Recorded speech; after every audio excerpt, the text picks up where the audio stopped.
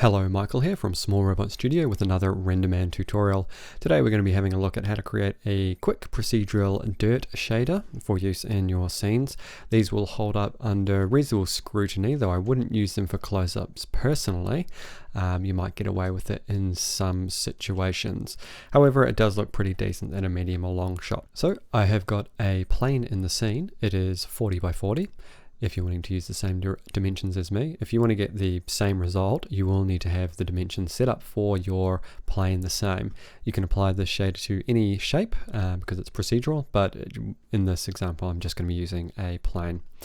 So let's assign a Pixar surface shader to it with it selected, and we're going to open up the Hypershade editor, and I'm going to dock that to the right hand side there. And I've already created it in here. I'm just using that as a reference for this tutorial. But we're going to call this one Dirt Tutorial. You can obviously call it whatever you want. We'll map that out. And basically the basis for this tutorial is going to be a blend between a fractal and a voronoi. You can use either or in place of each other if you want to play around with the differences, but I find that using or blending two different noise generators together will give you a slightly more varied and interesting result. So we're going to start with a voronoi,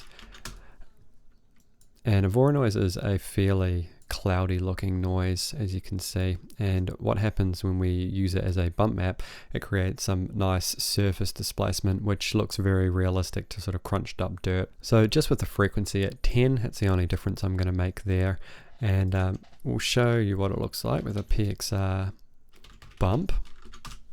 Just hitting tab and typing that into search, and we're going to run the result F into the input bump and then the result N into the bump normal, expanding that out with the 3 key on the keyboard.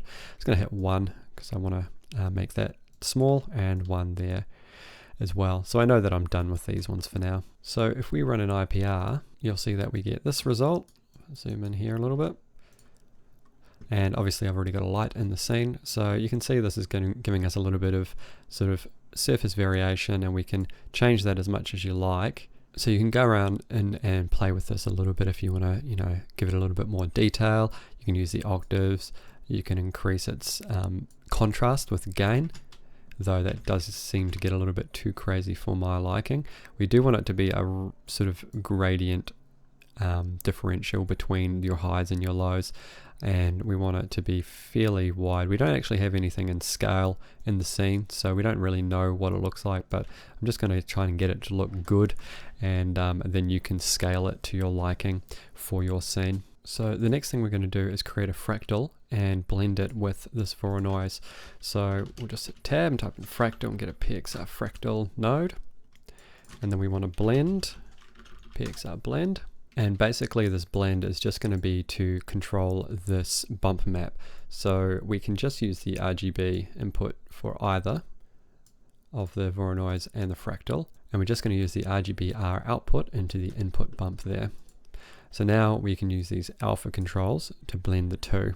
Before we do that, however, I'm just going to run the fractal RGB into the diffuse color input and disable the bump so we can sort of see what's happening with it.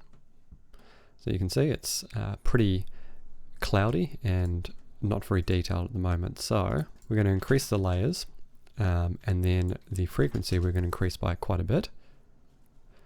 And then the linearity will also increase. Now we're going to use the erosion and put it into the negatives here. And finally we'll just increase the variation there. So what it's giving us is some high value dots and then some wider dots as well. But we want to clamp this a little bit so we just get, sort of the more varied parts.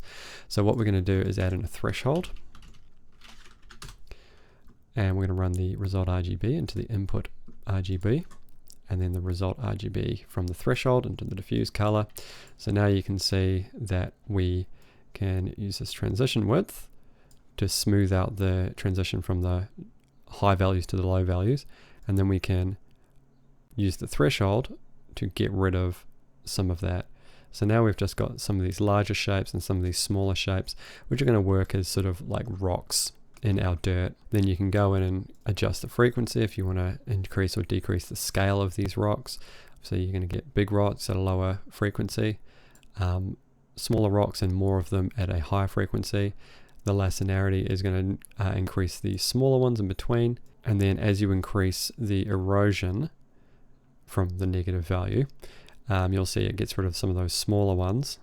So this could be a good way to say, if we hit the erosion on 0 and then increase the frequency to 150, we just get very similar sized what are going to be sort of rocks here.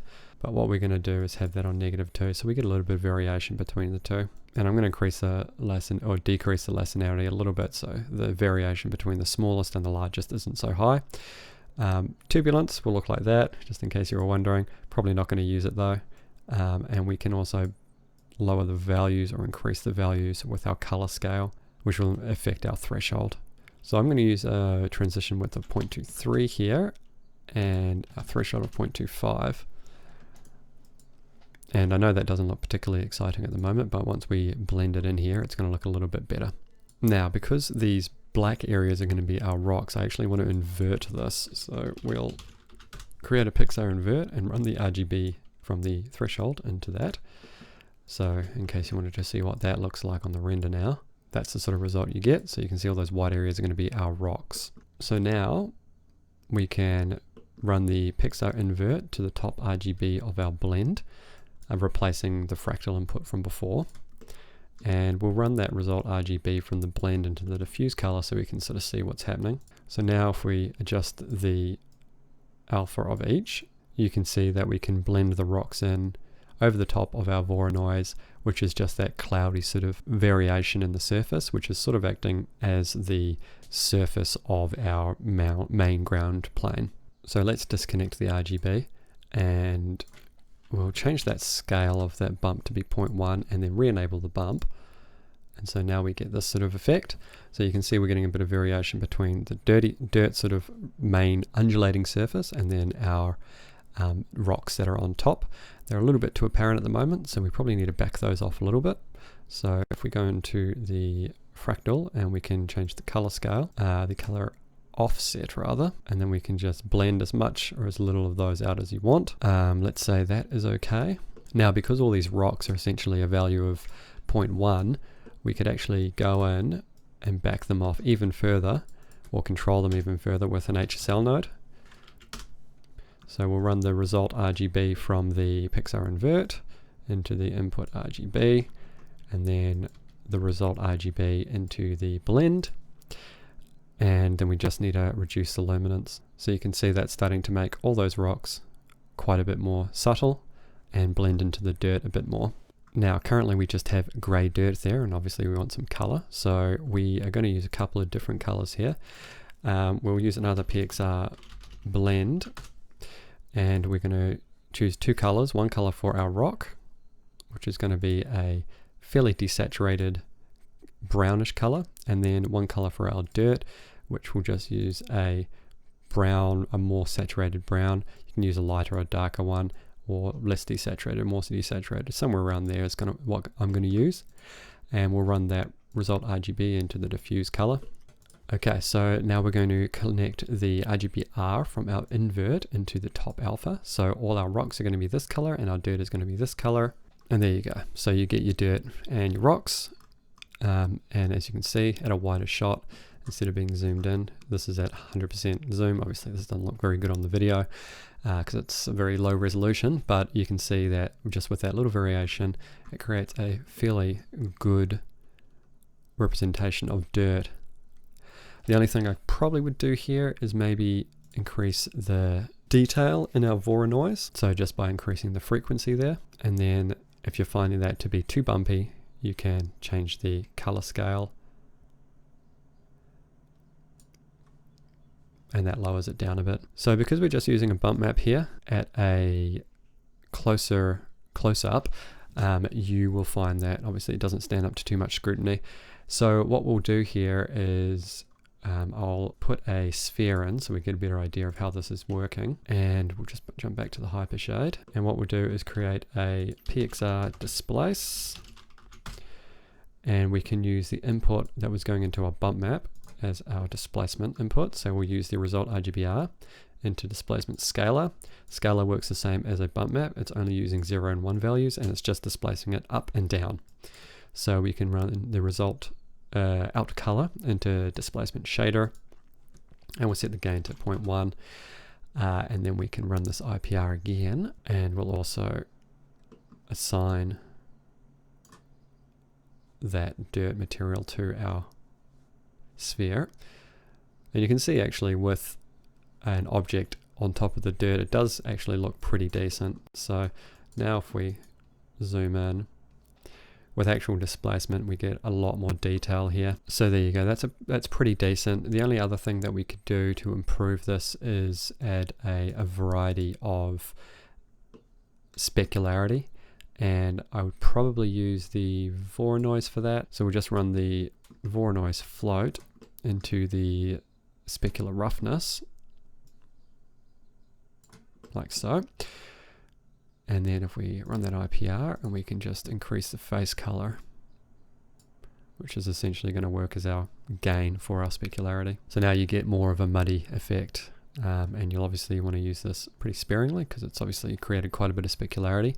But the areas that are higher in the displacement are going to have less specularity, and then the areas that are in the dips are going to be more specular, sort of to emulate what you'd see with like a muddy surface, where the areas that are above sort of a water level are going to be drier. So then you just need to go in and change this face color value. So it might even be a value of 0.01, might be enough for you. So look at our ground plane with that on. Okay, it doesn't look too bad. I'll quickly do a high resolution render and show you what that looks like. Okay, so there is our dirt, just rendered up a little bit higher, and you can see that it's pretty reasonable depending on the distance that the camera is taking. The dirt ball actually looks a little bit better than the ground plane at this distance.